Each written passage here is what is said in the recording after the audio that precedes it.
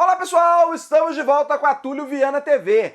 E esta é a segunda parte do vídeo sobre pedofilia. Se você não assistiu a primeira parte do vídeo sobre pedofilia, que trata dos crimes de estupro de vulnerável e de exploração sexual infantil, clica aqui no card ou então clica no link da descrição e confere lá, porque esse vídeo vai tratar exclusivamente sobre pornografia infantil.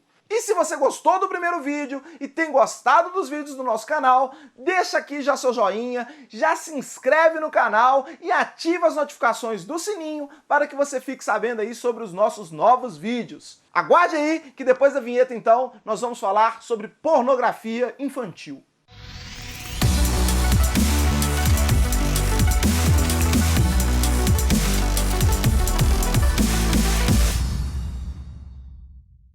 Finalmente é preciso falarmos ainda dos crimes que tratam da pornografia infantil na legislação penal brasileira.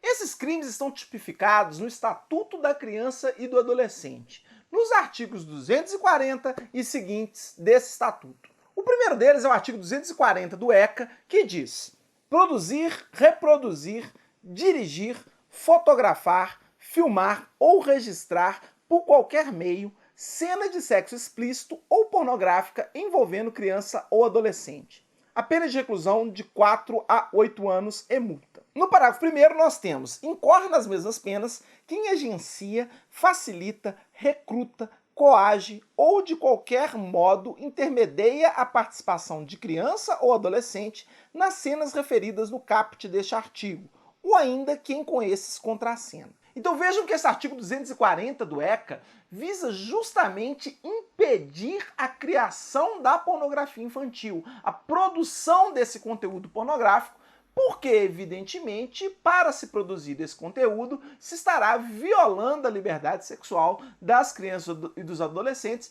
os colocando expostos aí a toda essa prática de crimes sexuais. Em seguida, nós temos o artigo 241, que vai tratar da comercialização dessa pornografia infantil. Vejam lá: vender ou expor à venda fotografia, vídeo ou outro registro que contenha cena de sexo explícito ou pornográfica envolvendo criança ou adolescente. A pena é de reclusão de 4 a 8 anos e multa.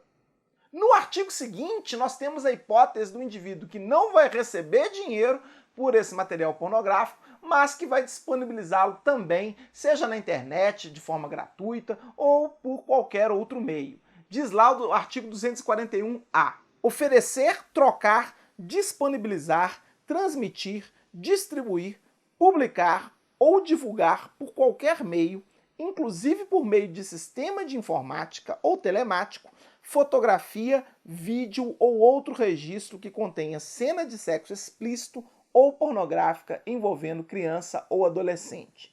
A pena de reclusão de 3 a 6 anos e multa. Então vejam que o objetivo do artigo 240 é impedir que o material seja produzido, porque, claro que na produção desse material, nós vamos ter ali a criança sendo submetida a atos sexuais, o que é extremamente grave em relação à liberdade sexual dela. Já nos artigos 241 e 241-A, o que se pretende é impedir que aquela imagem com a criança e o adolescente seja exposta ao público, porque isso, evidentemente, pode colocar essa criança e esse adolescente numa situação extremamente vexatória perante adultos e perante também outros adolescentes que podem ver aquele vídeo. Imagine o trauma psicológico que se pode criar na vida de uma criança com uma exposição dessas. Então, tanto viola o bem jurídico aquele indivíduo que produz esse material, lá no artigo 240, quanto aquele indivíduo que divulga esse material com fins comerciais ou não. Porque a imagem daquela criança e adolescente fica exposta socialmente, que certamente vai gerar um trauma psicológico nessa criança e adolescente muito grande, que fica aí às vezes para a vida inteira. É preciso deixar extremamente claro que as hipóteses desses artigos tratam de sexo explícito ou pornográfico. A mera nudez de uma criança ou de um adolescente não caracteriza as hipóteses do artigo 240, 241 ou 241-A. salvo quando tiver inequívoco fim sexual, o que vai depender muito de uma pose extremamente erotizada ou algo que deixe de forma extremamente clara que não se trata de uma mera fotografia familiar, como se faz muitas vezes com crianças nuas brincando na banheira, no chuveiro, na mangueira. Eu mesmo tenho fotografias da época que eu era criança, peladão lá brincando na banheira, e isso decididamente não caracteriza pornografia infantil, porque é uma fotografia natural ali de uma criança brincando, tomando banho. Aqui o que se trata nessa situação é de sexo explícito ou pornográfica. Então uma foto de nudez para caracterizar pornografia, ela tem que ser visivelmente construída dentro de uma cena com intuito erótico. Se houver qualquer tipo de dúvida se aquela nudez da foto ou do vídeo é uma nudez pornográfica ou não, deve-se aplicar o princípio geral do processo penal, que é o indúbio pro réu. Na dúvida, deve-se presumir em favor do acusado, e ele será absolvido então. Se então a fotografia ou vídeo não estiver clara que ela tem conteúdo pornográfico, deve-se presumir então que ela foi tirada num contexto de uma nudez natural, de uma nudez familiar, ali uma criança brincando ou coisa do gênero, ou às vezes de uma nudez artística, como muitas vezes é praticada sem conteúdo sexual nenhum, o que não caracteriza decididamente a chamada pornografia infantil e os crimes do artigo 240, 241, 241-A. Dito isso, então, vamos analisar os artigos seguintes, que são muito mais polêmicos, porque eles vão tratar da hipótese daquele indivíduo que não produziu o material pornográfico, que não comercializou o material pornográfico e que nem mesmo divulgou aquele material pornográfico gratuitamente. Mas ele simplesmente adquiriu aquele material para uso próprio, ele tem aquele material às vezes no computador dele, na casa dele, e isso hoje é caracterizado crime pelo Estatuto da Criança e do Adolescente. Então vamos ver o que diz o artigo 241-B do Estatuto da Criança e do Adolescente. Adquirir, possuir ou armazenar por qualquer meio fotografia, vídeo ou outra forma de registro que contenha cena de sexo explícito ou pornográfica envolvendo criança ou adolescente. A pena é de reclusão de 1 a 4 anos. Esse dispositivo tem constitucionalidade bastante controversa, porque ele pune o indivíduo simplesmente por ver a foto, por assistir o vídeo, por ter o material pornográfico em casa, o que não está lesando diretamente nenhum bem jurídico da criança, porque ele não produziu o material e ele não distribuiu esse material para terceiros. Ele simplesmente mantém aquele material em sua posse para uso próprio. Por mais que do ponto de vista moral a conduta desse indivíduo seja condenável,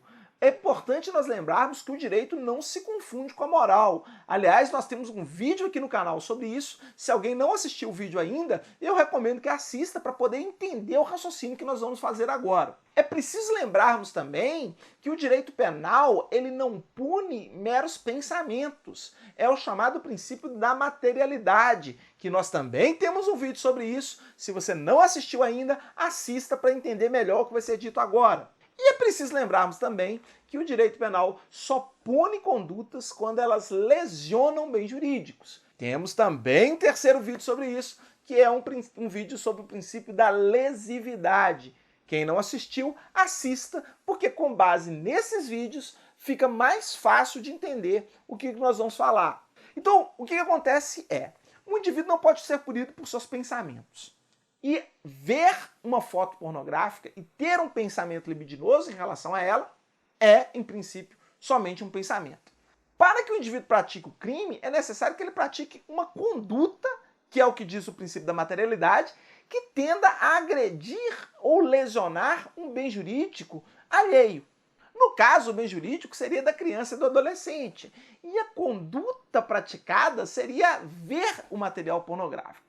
E aí vem a questão então, como que o simples ato de ver uma foto ou um vídeo pornográfico vai lesar a liberdade sexual de uma criança e de um adolescente? O direito penal não pune meros pensamentos. ainda que esses pensamentos sejam libidinosos e ainda que esses pensamentos sejam libidinosos em relação a crianças e adolescentes. Por mais que seja imoral a conduta de alguém que se sente excitado sexualmente ao pensar em cenas sexuais com crianças e adolescentes, ou a ver fotografias ou vídeos com crianças e adolescentes em situações sexuais, essa imoralidade não pode ser considerada necessariamente como crime, salvo se nós conseguirmos demonstrar que não é um mero pensamento, mas que houve uma conduta e que dessa conduta houve uma lesão ou um prejuízo para a criança ou adolescente. Só que dizer que a conduta de ver uma fotografia ou assistir o vídeo lesa um bem jurídico é algo como dizer que alguém que viu um filme de um homicídio que foi praticado lesou o bem jurídico vida da vítima do homicídio. A questão aqui é saber se uma pessoa que assiste um vídeo no qual um crime está sendo praticado e ela se sente feliz e ela se diverte vendo esse vídeo, se ela pratica ou não alguma lesão ao bem jurídico da vítima. Então imagine a situação em que um vídeo com um homicídio seja publicado no Facebook ou numa rede social, alguém entre lá, assista o vídeo e fale: nossa, que legal, você tá morrendo lá. Nossa, olha só, o cara tá sangrando, tá pedindo auxílio, ninguém ajuda ele vai morrer sentindo dor. Se essa pessoa que assiste o vídeo tem esses pensamentos que, pelo menos em relação à memoralidade, são bastante imorais, mas se isso deve ou não caracterizar um crime. Da mesma forma, aquele indivíduo que assiste um vídeo onde há um estupro de uma criança e de um adolescente que está sendo constrangida àquela prática sexual e ele se sente excitado sexualmente com base naquilo, se essa pessoa lesa ou não o bem jurídico da criança e do adolescente e se essa pessoa deve ou não ser punida criminalmente por essa conduta, por mais imoral que essa conduta seja. Mas aqui nós não estamos discutindo moralidade. Direito e moral não se confundem. Aqui nós estamos discutindo lesão ao bem jurídico da criança e do adolescente. Então há muitas dúvidas sobre a constitucionalidade desse dispositivo por conta da separação do direito da moral, por conta do princípio da materialidade, que impede que o direito penal puna o mero pensamento, e por conta do princípio da lesividade, que faz com que as pessoas só possam ser punidas quando elas lesarem bens jurídicos de terceiros. E para piorar ainda mais a situação, o Estatuto da Criança e do Adolescente ainda traz um artigo que trata da simulação de situações eróticas com crianças e adolescentes. Vejam lá o artigo 241-C do ECA. Simular a participação de criança ou adolescente em cena de sexo explícito ou pornográfica por meio de adulteração, montagem ou modificação de fotografia, vídeo ou qualquer outra forma de representação visual. Parágrafo único. Incorre nas mesmas penas quem vende, expõe à venda, disponibiliza, distribui, publica ou divulga por qualquer meio, adquire, possui ou armazena o material produzido na forma do caput desse artigo. A inconstitucionalidade desse tipo penal, para mim, é escancarada, porque ele não trata de uma hipótese em que existe uma criança ou adolescente real. Existe tão somente uma simulação. Nenhuma criança ou adolescente foi colocada em risco em relação à sua liberdade sexual. Nenhuma criança ou adolescente teve sua imagem em situação sexual sendo exposta à sociedade. O que se tem aqui é uma simulação, como o próprio artigo define. É uma hipótese em que se pega uma pessoa adulta, maior e capaz, e por meio de uma montagem, por meio de uma edição gráfica, por meio de uma manipulação de imagem, faz com que aquela foto ou faz com que aquele vídeo pareça ser com uma criança e uma adolescente. Vejam que aqui nenhuma criança e nenhum adolescente foi colocado em risco em momento algum.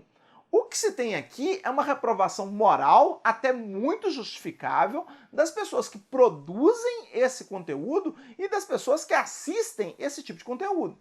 Porém, em nenhum momento, nenhuma criança foi colocada em risco, nenhum adolescente foi colocado em risco. Portanto, não se poderia punir uma hipótese dessa sem violar a separação entre o direito e moral, sem violar o princípio da materialidade, que impede a punição por meros pensamentos, sem violar o princípio da lesividade, porque direito nenhum de criança e adolescente foi lesado nesse caso. O que se tem é um problema da ordem moral e, evidentemente, o direito não pode se confundir com a moral e não se pode querer punir situações como essa. Uma situação na qual nenhuma criança ou adolescente foi colocada em risco não pode justificar uma punição penal por um crime de natureza sexual. Então uma pintura, um desenho ou uma revista em quadrinhos em que apareça uma cena de um adulto com uma criança ou adolescente também não pode ser punida, sob pena de nós estarmos cerceando a liberdade artística por uma questão de cunho exclusivamente moral, já que criança e adolescente algum foi colocado em risco na produção daquele material. O direito não pune fantasias sexuais, por mais imorais que seja. O direito não pune aquele indivíduo com transtorno pedofílico que tem fantasias sexuais com crianças e adolescentes, mas nunca foi lá e colocou em prática essas fantasias. Nunca foi lá e constrangeu qualquer criança ou adolescente à prática de atos sexuais.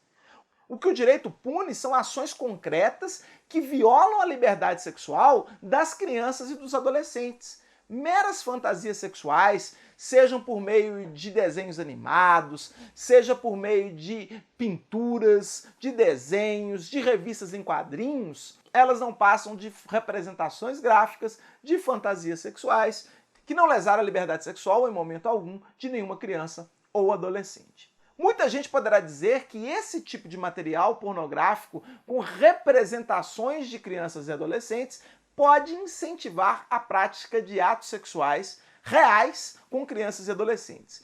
Mas isso tudo não passa de suposições. Não há como se afirmar que aquele indivíduo que assistiu um desenho animado com uma representação de uma cena sexual de um adulto e uma criança, ou leu uma revista em quadrinhos com uma representação sexual de uma cena entre um adulto e a criança, vai simplesmente se masturbar vendo aquele material e nunca vai praticar um crime sexual contra criança e adolescente, ou se aquilo o fará propenso a praticar esses crimes sexuais. Isso tudo não passa de especulação. O direito não pode punir algo que o indivíduo poderá praticar no futuro. O direito pune ações concretas que lesam bens jurídicos concretos no presente. Não existe punição de algo que o indivíduo possa futuramente fazer. Então, por conta disso, esse artigo 241-C do Estatuto da Criança e do Adolescente, ao meu ver, é completamente inconstitucional e espero que um dia essa discussão chegue ao Supremo Tribunal Federal para que o Supremo possa analisar se esse dispositivo fere ou não a liberdade constitucional de manifestação artística e os princípios da materialidade e da lesividade penal, que, em última análise, consagram a separação do direito e da moral. Então, por tudo isso que foi dito até agora, já dá para perceber que esse pânico moral que algumas pessoas têm patrocinado em torno de exposições artísticas com pinturas, desenhos de crianças em situações de nudez não passa de um pânico moral, não passa de uma situação que é impossível de ser punida pelo direito penal, primeiro por não se tratar de uma questão propriamente pornográfica ou de sexo explícito. Então, por aí ela já estaria totalmente afastada dos crimes do Estatuto da Criança e do Adolescente. Mas ainda que se pensasse numa representação gráfica, seja a partir de uma pintura, de um desenho, ou até mesmo de um desenho animado, entre uma criança e um adulto numa situação pornográfica, a constitucionalidade dessa criminalização seria bastante controversa, tendo em vista que ali se trata de uma mera representação gráfica e que nenhuma criança ou adolescente teve a sua liberdade sexual cerceada, prejudicada ou qualquer coisa do gênero. O direito não pune meros pensamentos e o direito não pune situações nas quais não há lesão a bem jurídico de ninguém. As pessoas não podem ser punidas por fantasias sexuais, por mais reprováveis que sejam. Isso é uma conquista do Estado Democrático de Direito. As pessoas são punidas por atos quando esses atos lesam bens jurídicos de outras pessoas. A mera fantasia, o mero pensamento, não é uma situação como essa. E desenho ou pintura, decididamente, não lesa bem jurídico de ninguém. Bom, era isso. Espero que esse vídeo tenha esclarecido muitas das dúvidas de vocês em relação à pedofilia. E se vocês gostaram do vídeo, já sabem, deixa seu joinha, se inscreve no canal se você ainda não é inscrito e compartilhe o vídeo com seus amigos. Põe lá nas listas de discussão das quais você faz parte, compartilha no Facebook, compartilha no Twitter, compartilha nas suas redes sociais, porque isso ajuda muito na divulgação do nosso canal. Eu espero revê-los num próximo vídeo, um grande abraço e até a próxima.